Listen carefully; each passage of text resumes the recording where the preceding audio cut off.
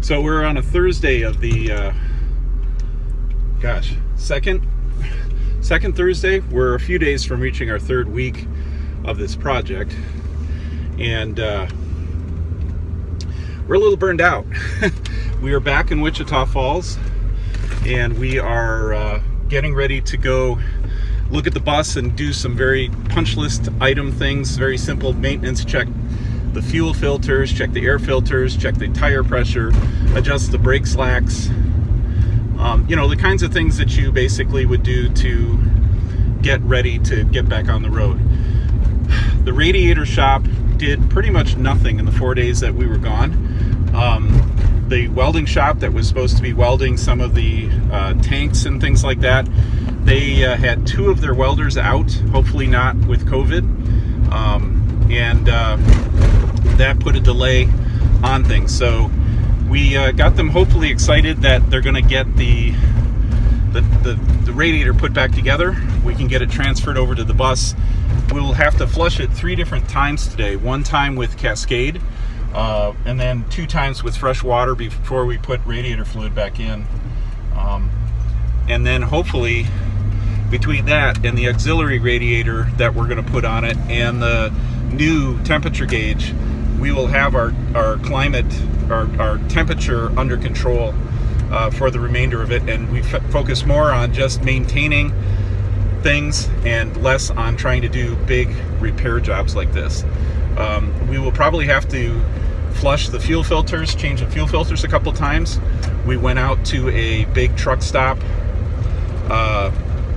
here in Wichita Falls and have ordered 3 new fuel filters, upper and lower fuel filters, so that we can change them out. There is another gentleman right now driving a semi-cruiser, scenic cruiser from California all the way back to Pennsylvania, and he has had to change his filters 6 different times so far.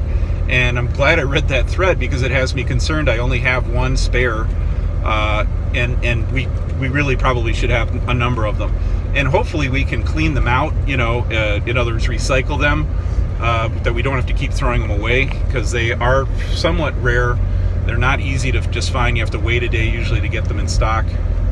And so hopefully with this small punch list today, which we can knock out in a couple hours, plus the radiator finally returning, we will be on the road and on our merry way. We hope to get to Texarkana today, and we'll see. That's it's 220 miles, and we'll see if we can get that accomplished. But this is Thursday. I don't even know what day we are, but we'll see how things are going. So right now we're headed to the bus.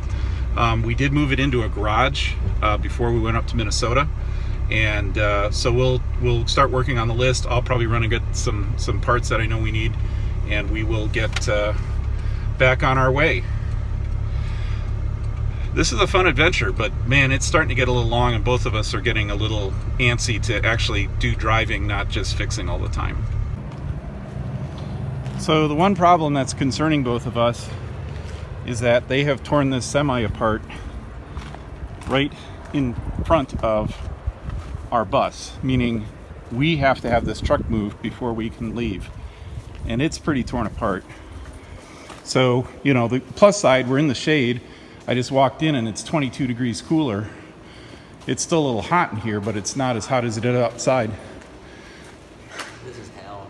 What is in here? Yeah. It's better in here than it is out there. Here's a blade. So anyway, so Jason has been tinkering with a couple things that are important for us to leave, and I'm going to talk to him about kind of things I've been up to, and hopefully we're pretty close.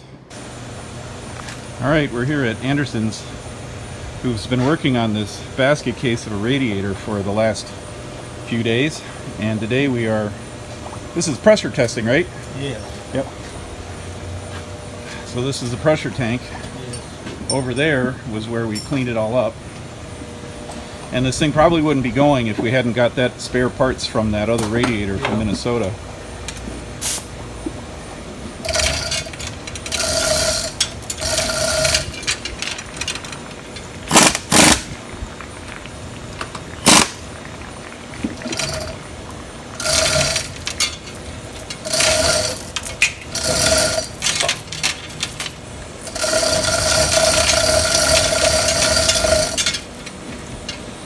So you basically just pump it full of air, Yeah. and then the bubbles kind of tell you where your leaks are. Then we put it down. Kind of like testing a tube on a, What's that? kind of like testing a tire when you had a flat. Right. Oh, your tires and stuff. Yeah. Yeah. Yeah, you put air inside it and stick it down in the water. See where the leaks are coming from. Yeah. So right now there's a little leak in the neck by the looks of Yeah. it in a couple of spots. There's one coming out there on the back. So while he's tightening that up, we took this old tank. So this was actually the tank that was on it. There's tanks on either end, and then the end pieces, and then there's side brackets. We removed all of those and put the ones from Minnesota. I noticed the neck that he's got is actually a fabricated neck. It's the original neck that they look like they welded right up. And hopefully that's nice and sturdy.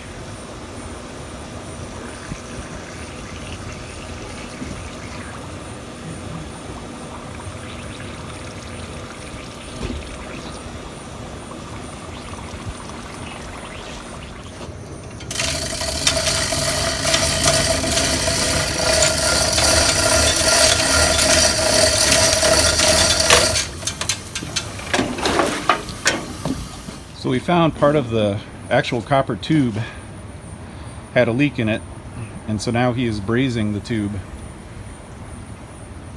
It's basically like a liquid brass or liquid copper It's a or resin. silver solder. Silver solder. Okay, and then you just heat it in, and it just works its way around the tube and seals itself up.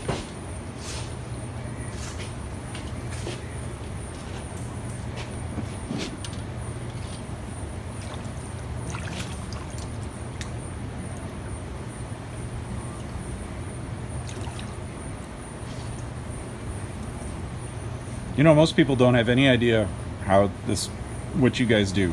Yeah, Right. They just drop it off and pick it up, and that's right. that's part of owning this bus is I'm trying to learn. Yes. Never going to do it, Oh, but yeah. but at least I know. Oh, yeah. At least I appreciate what goes into making things work. Yeah.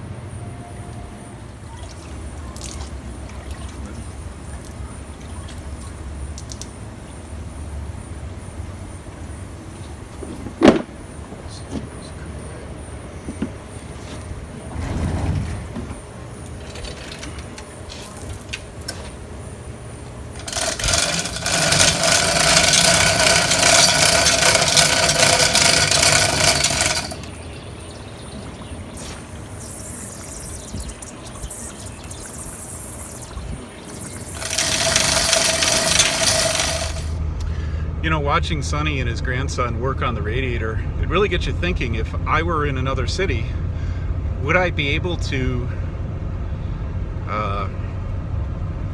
get someone willing to repair a radiator as opposed to replace it? Most shops would just say it's gone and you need to replace it. These guys repaired it.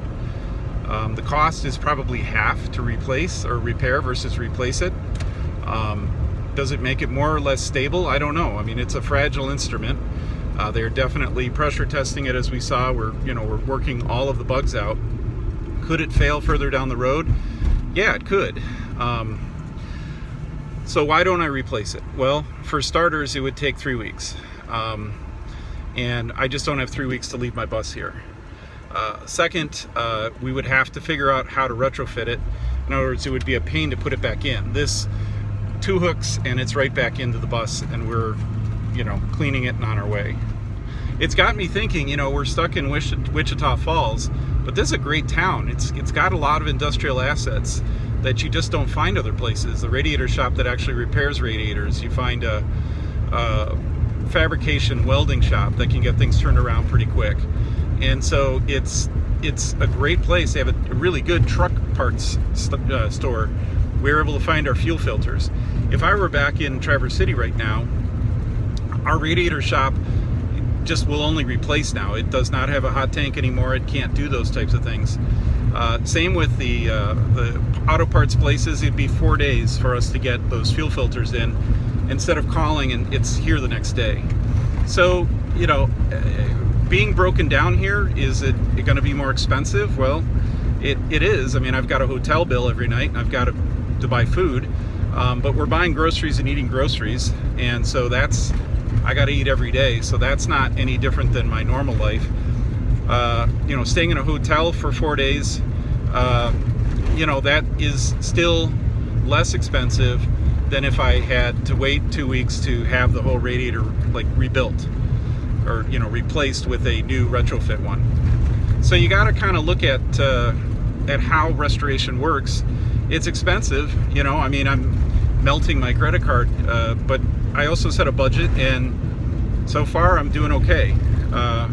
But it's just a matter of kind of keeping moving forward. Jason has been working on just a small punch list of things that we needed to get done. You know, checking the tire pressure, and going through, and we had one small leak on an air regulator, fixing that, and checking the air bath to make sure that they're not clogged, because that can happen in the first couple 100 miles. So we're working through it. And so right now it's about 2 o'clock. Radiator Shop said that they should be done by 3, maybe an hour or so. They should have all their stuff done, and hopefully we'll have this thing in. I want to drive it for a while and test it. I don't want to get too far from Witichita Falls. I just don't want to get too far away, so I want to drive it around for a while, and not drive it down the road, because there is nothing between here and about 2.5 hours to Texarkana, and I don't know what's there. So we just keep moving forward, and it gets tiring. Like I said earlier, it's, you know, we've been going at this for 2.5 weeks, but I can get my job done, and you know, Jason's getting his work done, and we just keep moving forward. So we are installing the new radiator. Not moving. You guys got it facing the right way, right? Yeah. Yep, of course. They put the hood on the right side. So this end, the bushing came out, we gotta push it back in. And that end is super snug, it doesn't want to slide in. And I can't see anything there's nothing touching that should be stopping it.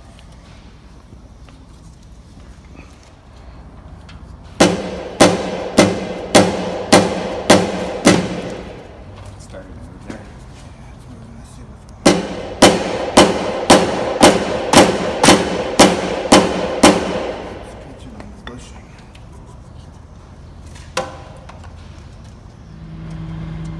We have the radiator in, but we discovered that this pipe down here is breached. It's aluminum, and it's starting to fall apart. You see on this pipe, this is a big air vent pipe, how you've got a crack? That happens on all pot aluminum, and that is what's happened to the manifold, which you really can't even see it, but it's down. See that nut down there? The stud? The stud that's coming out, not the nut. The big black hole to the right? If you look to the right there, that's a leak. So we're going to have to plug it with a JB Weld putty, but in order to do that, we have to clean all the grime and stuff out of it. So that's what we're working on. The radiator went in, but we noticed that the hood got bent, the shroud, the fan shroud. So we're gonna have to make an adjustment to that, and then I think we fill it up and we test it, and then we break something else. Yeah.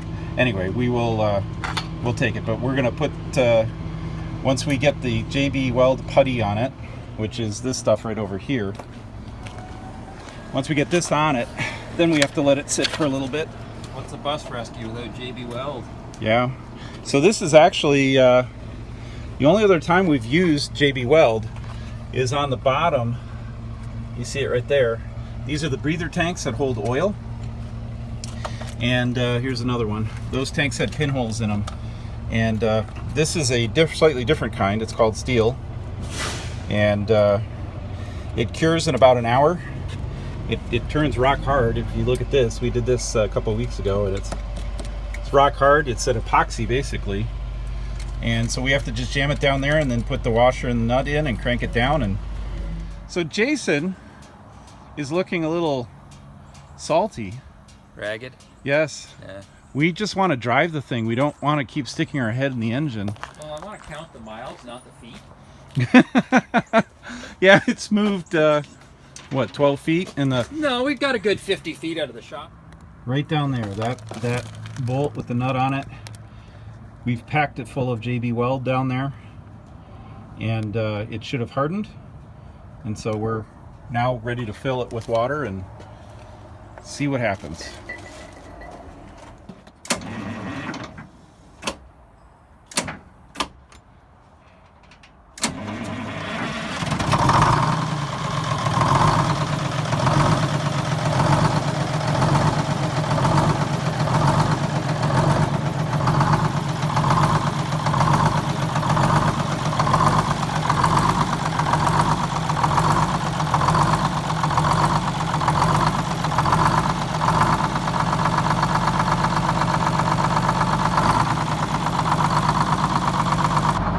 All right, so we've just finished flushing twice, Yeah, washing once, yeah, filled it with real stuff, yeah. distilled water and the Green shit. green stuff, and she's holding temperature pretty good at about 160. 168.